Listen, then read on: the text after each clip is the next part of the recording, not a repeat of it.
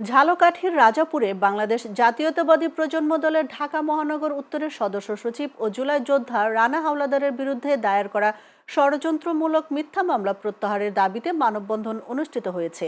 সোমবার রাজাপুর প্রেসক্লাব চত্বরে রাজাপুর উপজেলাবাসীর আয়োজনে মানববন্ধন কর্মসূচি পালন করা হয়। মানববন্ধনে বক্তব্য রাখেন জাহিদুল ইসলাম, হায়দার শিকদার ও ঢাকা উত্তর প্রজন্ম দলের আহ্বায়ক আনোয়ার মৃধা সহ অনেকে। এ সময় বক্তারা বলেন, মোহাম্মদ রানা হাওলাদারকে রাজনৈতিকভাবে হেয় প্রতিপন্ন করতে একটি মহল উদ্দেশ্য প্রণোদিতভাবে মিথ্যা মামলা দিয়েছে। আওয়ামী লীগ সরকারের আমলে রানা হাওলাদারের বিরুদ্ধে অসংখ্য মিথ্যা মামলা হয়েছে। তার দুই ভাইকে গুম করা হয়েছে। অবিলম্বে এই মামলা প্রত্যাহারের জন্য সংশ্লিষ্ট কর্তৃপক্ষের প্রতি জোর দাবি জানান তারা।